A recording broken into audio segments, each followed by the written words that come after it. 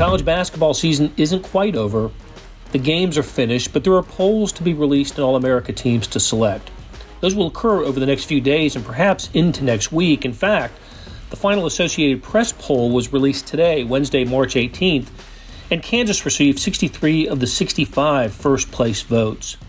KU beat writer Jesse Newell checks in on SportsBeat KC, the Star Sports podcast, to discuss what's out there for the Jayhawks in terms of individual honors and team awards with me, Blair Kerkhoff. So here we go with Jesse Newell talking college basketball and Kansas. Jesse, how is everything in the Newell household? We're surviving for now. A new subscription to Disney Plus is coming in handy, so I can say that much, that we are going to watch every Disney movie here with a 4-year-old and a very busy father here in the very short to near-term future. Hey, there's some good Disney movies out there. I remember from when my kids were little, and there've been a gazillion of them since then. So yeah, that could take a few hours. Yeah, we're hitting up all the classics. She saw Snow White and has seen it 2 times now. So yeah, we're going way back in the file to make sure that we can remain entertained here as we're trying to stay inside as much as possible. Yep, we all are.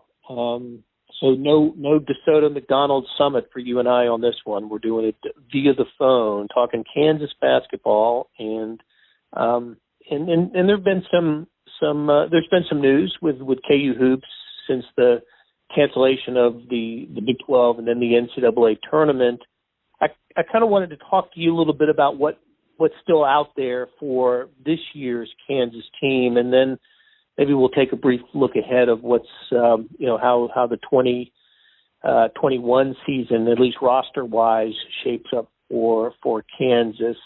First thing I noticed, I saw this on our website, kansascity.com, that Kansas has released a one shining moment video of the season highlights.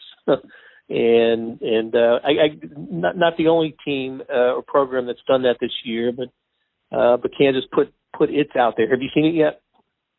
Yeah, I've seen that one, and then also another fan account came out with one. So there's 2 out there that are pretty good, and I think it makes people emotional. You think about all the times that Kansas had this past season, all the success that they had, and kind of recapping all those moments. Bill Self had 3 or 4 different locker room celebrations for those guys. They poured water on his head, and obviously Devon, Dotson, Udoka, Azubuike were on their way to potentially setting themselves up to have a Final Four run and be remembered as, kind of staple their place in history when it comes to Kansas athletics. So it's really good in a way, I think, for fans to look at that and celebrate this year's team. But I think it also kind of is sad in a way that people look at that and know that there isn't going to be that real one shining moment, and that because of things out of their control, that this was sort of taken away from them, and this is going to be remembered as a season that is basically unlike any other. Yeah, for sure. No 81 years of the NCAA tournament. I think I've got that right. I think this would have been tournament number 82, the first one starting in 1939, and of course it's not happening. We would be on our way, if not already, in Omaha right now with the Jayhawks, with the first and second round games. So yeah, I can see where a KU fan would get a little maybe a little choked up watching the highlights with the ultimate success song for the NCAA tournament.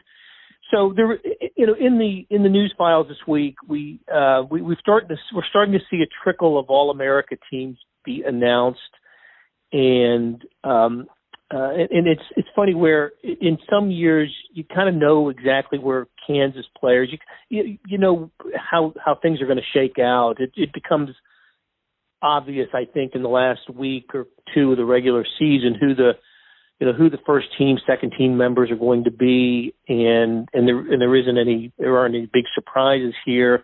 And I would think that the couple of teams that I've seen, I guess I've seen 3 teams from media outlets so far: ESPN, CBS Sports, and the Sporting News. No real big surprises, except to say that it's almost like they were not sure what to do with Kansas players, with Udoka Azubuike and Devon Dotson, because I've seen them both on first teams and on second teams. And look, that's fine. It's great recognition if you're considered one of the top 5 or 10 players. But there is just the way the All-America team is remembered and kind of listed for posterity. It's kind of important to be on first team on certain All-America teams, is it not?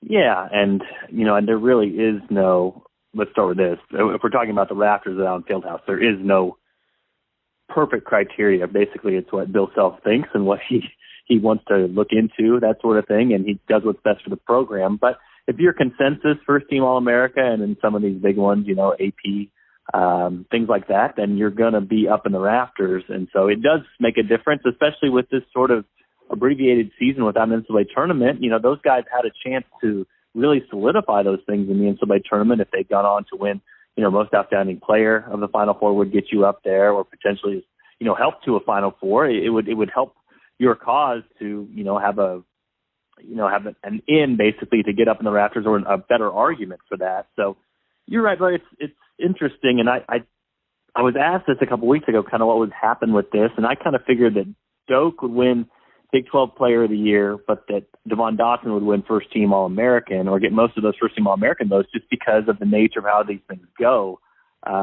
With Doak winning Big 12 Player of the Year, which he did, that's because the coaches vote for that. And if you're going to game plan for one player, the one player that gives coaches more nightmares than anybody else, or more headaches, is Udoka Azubuike, because there's no other player out there like him. What he can do defensively, and then obviously the force he is offensively when he gets the ball. You can understand why coaches would say, hey, that's the guy I don't want to game plan for or game plan against. And the same thing goes for Devon Dotson if you're looking like an AP All-America team, because, I'm here to tell you, I'm one of the voters there, and you can't watch every game. There's no way to know and kind of track a long Kansas season other than to take some shortcuts and look statistically at what both players did. And obviously Dotson led the Big 12 in scoring. He also was KU's leader in steals. So the numbers are there for him to be potentially honored as one of the best players on the best team. And so I think, that vote's coming out later this week, so we'll see what happens with the AP All-Americans. But it makes some sense that in voters' mind, if you have to pick between Doak and Dotson, it's a very difficult decision. Heck, it's a difficult decision for me, and I covered the team. I was watching the team all these times. But, the way I voted, I voted Dotson first team. I just think for him, he's a guy that with Udoka, he can be such a force inside when you get him the ball, but he's not a guy. He kind of needs help from teammates to be able to do that. And so defensively, he was KU's best player, but Devon Dotson bailed out KU so many times in the half court when KU had nothing going. And he can go take the ball himself, create his own shot, and was such an efficient player in doing that. That's really what gave him the nod to me. So I had Dotson on my first team and Udoka on my second team. We'll see how that all plays out with the rest of the AP voters, but I would not be shocked at all if Devon ends up on the first team and Udoka on the second team. And really, if we're looking at this from a big picture scenario and for Bill Self, it's probably just fine if that happens, if both of these players get a bit of notoriety in different ways. That way they both have cases to go up there in the rafters. Right. So what's been announced so far, Azubuike and Dotson both were first team on ESPN's All-America squad, and on CBS Sports, Azubuike was first team, Dotson second team, and then Sporting News, which I have a vote on, had both Azubuike and Dotson on the second team, and I, like you, Jesse, had Dotson as a first team member and Azubuike on the second team. So the Sporting News is one of the 4 All-America teams that comprise the consensus All-America designation. It's AP, it's the Sporting News, it's the NABC, which is the coaches All-America team, and the USBWA's All-America team, another writers team. And of those 4, Sporting News is the only one to release its team, and Dotson and Azubuike both on the second team there. So if you're first team on 2 of those 4 All-America teams, you're considered a consensus All-America. So there's 3 left, AP, USBWA, and NABC for one or both of Dotson or Azubuike to be considered a first teamer, and then work their way toward becoming a first team consensus All-America. Hey, speaking of Azubuike, I don't know I'm sure Gary Bedore, our buddy and KU beat writer, is onto this. But now that the season is over, we can now say something that Gary and you have been saying all along. He finishes his career as the NCAA leader in field goal percentage, career field goal percentage. Now that his career is over, 74.6% is what I have for Udoka Azubuike. He breaks the record of a player named Steve Johnson of Oregon State, who compiled a 67.8% field goal percentage. He played in the late 70s and early 80s, and he's kind of interesting. He's just not a player that should be forgotten. He was actually an NBA player who played for the Kansas City Kings back in the day. So, but Azubuike will go into the record books as the most accurate shooter in college Division I college basketball history. He needed to have at least 400 field goals made in his career, and he had 469. He needed to average at least 4 per game, and by my calculation, he averaged 5.3. So at least Doak has that. He's going to be the career leader in field goal percentages in NCAA history, and that's one of the ways that he can be remembered at Kansas, in addition to perhaps having a jersey hung in the rafters at Allen Fieldhouse. Yeah, it is, and it's something that he can hold on to himself, and it's so interesting that he has that record, yet we all know his free throw percentage, which is much lower. Right. So basically, we just know that he did all of his work within 4 feet, but he did develop a nice hook shot, and some of those tries, he made look easier than they were, but I do want to kind of throw in there that when we're talking about criteria for the Raptors, and I say there's no criteria, when I asked Bill Self about earlier this year about why Marcus Morris went up there, he said Marcus Morris was the Big 12 Player of the Year. That gets you up there automatically, basically, in shorthand terms. And so I would say for this sort of thing, if we are talking Raptors, I would say Devon is probably the one that needs to be worried more than Udoka is, because if you kind of continue that same sort of logic, Udoka was the Big 12 Player of the Year. So that only happens to one player, obviously, in the conference. And if that's good enough for Bill Self, then it's going to be good enough for Udoka Azubuike coming up. But you're right with that number. It's a rare number, and I know we've had recent players like Taco Fall that have kind of challenged that sort of thing as well. Been very efficient inside because of the specific skill sets they have. But for Udoka to have that record, I'm sure it means something to him. He obviously won't get an NCAA tournament and won't get a final chance to secure his legacy there, but that is something he will take with him, and it's probably a record that's going to stand here for quite a while. Right. Okay, Jesse, let's take a break, and when we come back, we'll talk about the Jayhawks, maybe what's out there for their team, and then maybe peek ahead till next year. Hey, it's Blair. Hey, we have a special subscription offer for SportsBeat KC listeners. Unlimited digital access to the Kansas City Star's award-winning sports coverage. Sign up now for 1 year of Sports Pass for access to all the sports news, features, and columns we have to offer. And it's only $30. That's a 40% savings off our regular rate. For your convenience, your subscription will automatically renew after the initial term at $50 unless you tell us to cancel. A lot of subscription services won't tell you that. They'll just sneak it on there. We just told you. Your subscription helps support the sports coverage of KansasCity.com and the Kansas City Star. Please visit kansascity.com/SportsBeatKC offer to get this special offer. And as always, thanks for listening. Back with Jesse Newell talking Kansas basketball, the nation's top-ranked team that didn't get to play in the Big 12 tournament. There were just 2 games on that first Wednesday night before the tournament was canceled, not postponed, but canceled. And then the next day, the NCAA tournament was off. And so Kansas, the final number 1 ranked team in the coaches poll, we know that. We don't have we'll have the AP poll later today. Maybe we should have waited, but we know that Kansas will be the final number 1 ranked team in the Associated Press poll. But let's go back to the coaches poll for a second. There's actually a trophy that goes with the final ranking in the final number 1 ranking in the coaches poll. Now, it's always been awarded to the team after the NCAA tournament, and the NCAA tournament winner is the number 1 ranked team in the poll. They take a poll after the tournament, but no word yet on whether the NABC, which is the National Coaches Association, based in Kansas City, by the way, is going to award its Crystal Ball Trophy to the final number one ranked team in its poll that we know is Kansas. I guess that's still out there for KU.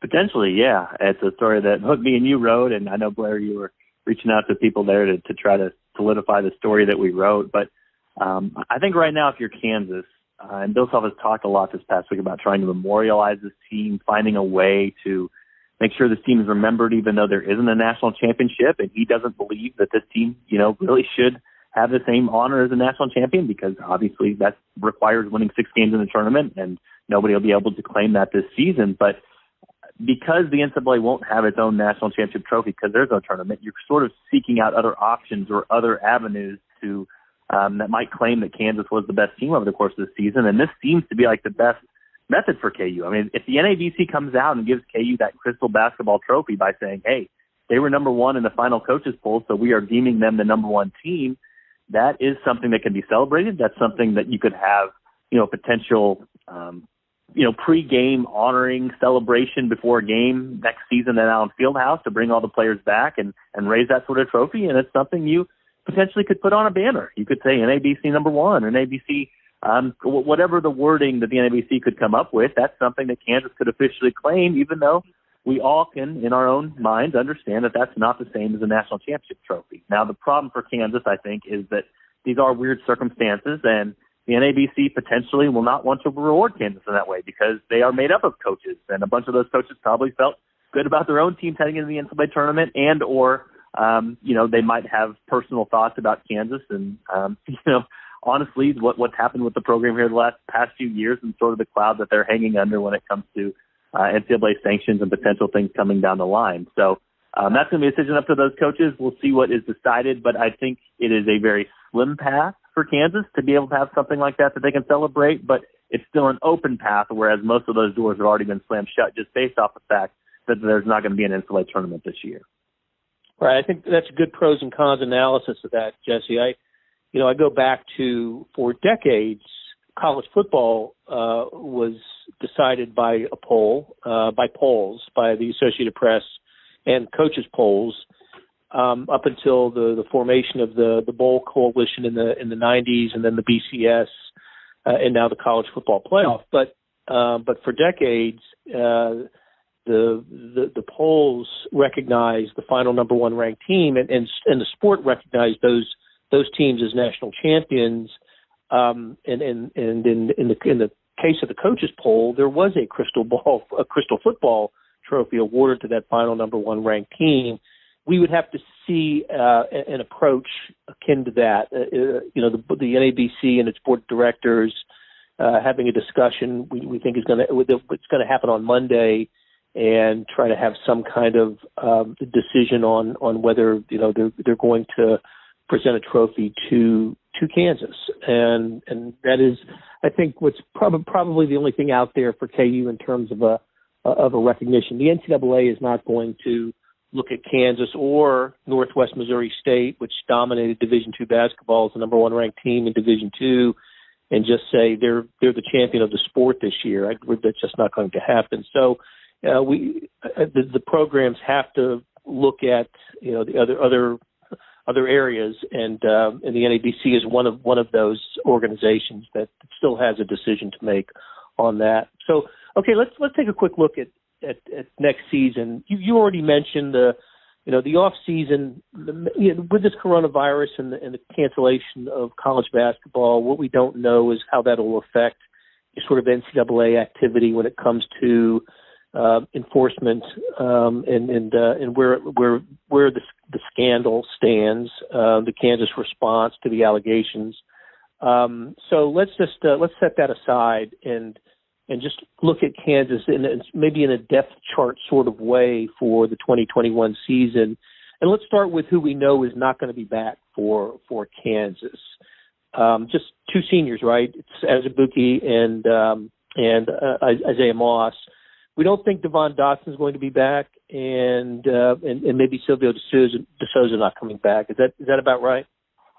Yeah, and Gary wrote a great piece about this in the last week. If people want to Google it and kind of look ahead to next year, it's always one of the most popular pieces the entire season. Yeah. Kind of that look ahead after the final game of the previous season. But as it stands right now, I mean, I guess you can't technically say anybody is gone yet because the NCAA potentially could give these winter sports players another year of eligibility if they wanted. And not to mention that Udoka Azubuike still could potentially petition for a red shirt if he wanted to because he sat out 2 different seasons with a medical issue. But yes, if we're being realistic about this, Isaiah Moss, probably gone. Udoka Azubuike, probably gone. Devon, Dotson, probably gone. Sylvia DeSosa, at this point, it just seems like maybe moving on from the program would be best for him, especially if he wants to pursue a professional career. So, there's still question marks potentially. I keep pulling up these draft boards and these mock drafts, and I know that this is shocking to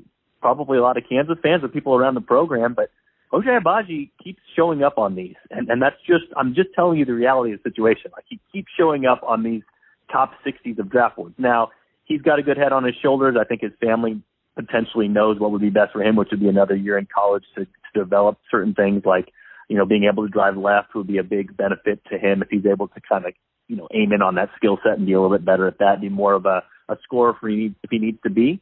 And I've got to mention, too, that Marcus Garrett is sneaking up on some of these draft boards as well. Now, same sort of thing. Marcus Garrett, I think he's the last guy that would be declaring pro at the end of this year. It does not seem like a likely thing, but I at least have to throw out the potential because this time last year we weren't talking about Devon Dotson throwing his name, testing the waters, and he did, and then he almost left Kansas. So I don't want to leave any stone unturned when it comes to the rosters. But hypothetically here, Bill Self sort of is in a good position because other years like last year, he didn't have a lot of his recruiting done, and so he really was benefited by guys coming back late in the process, like Devon Dotson and Udoka Azubuike.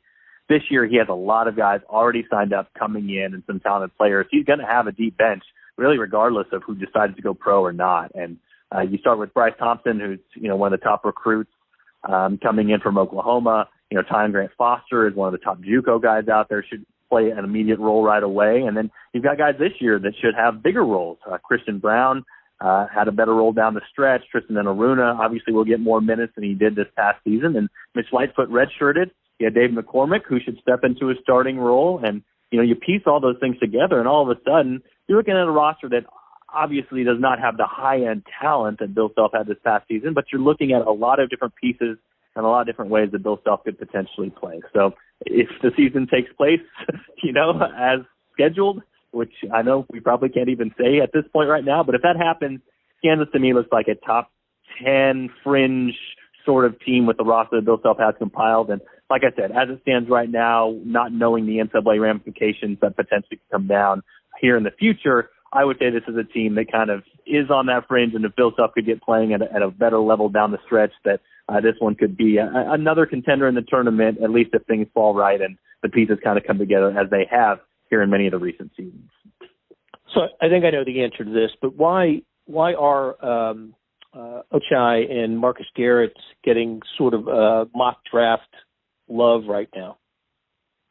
Yeah, well, I think for both it's separate reasons. I think for Ochai, we always know with the NBA draft kind of the potential, the thought of potential. And, he worked on his shot in the off season. It didn't always pay off. His three-point shooting wasn't great this year, but there's potential there. And the kid is athletic. He can jump, he can run, he's a good defender. And that's why Bill Self had so much trust in him, even when he wasn't scoring, is that he can slide his feet and he's an athletic player who can challenge shots. So I think if you're an NBA guy, you look at that and you say, hey, this is kind of an unfinished product here. He's not really, he's a little bit raw still when it comes to sport of basketball, but maybe that's something you can mold into a really good player because the physical assets are there.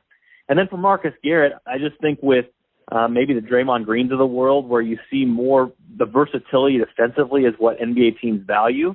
The fact that Marcus Garrett can switch 1 through 5 defensively and kind of be that sort of smart, intelligent, player on the defensive end that can kind of lead a defense and guard different players, which is more valuable in the NBA than it usually is in college, then that's the kind of guy that you like to get on the floor. Now, obviously his problem right now is shooting, and the kind of offensively he can be a major detriment, you would think, at the next level, because he's basically a below average shooter at every level, at free throws, at 3-pointers, on drives at the rim, all those sorts of things, even though he's gotten better at those, especially on drives to the rim here in the past. But even though he's limited offensively, he has a lot of tools in his tool set defensively. And at 6'5", a switchable defender, there might be a spot in the NBA for a guy like that. So I expect both those guys to come back, but I can't ignore the fact that if they keep showing up on these NBA boards, that there at least going to have to be a discussion taking place at some point whether those guys want to come back or not. All right, Jesse, great catching up with you, and have fun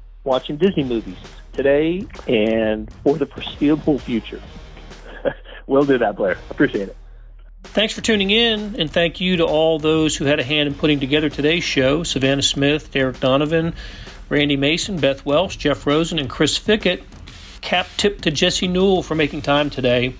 Hey, I wanted to clarify something that I discovered after Jesse and I taped this episode. We talked about Udoka Azubuike being the NCAA's career leader in field goal percentage, and that's true. I mentioned that he broke the record set by Steve Johnson, who played at Oregon State and was the Kansas City Kings' first-round draft pick in 1981. But it turns out Azubuike actually broke the record of a player Jesse mentioned, Taco Fall. Remember that 7'5" player at Central Florida? He hit 74% of his shots over his 4-year career, which ended in 2019. Either I was reading the record book incorrectly or it hadn't been updated, but either way, I wanted to set the record straight. We'll be back on Thursday with another SportsBeat KC talking sports in Kansas City.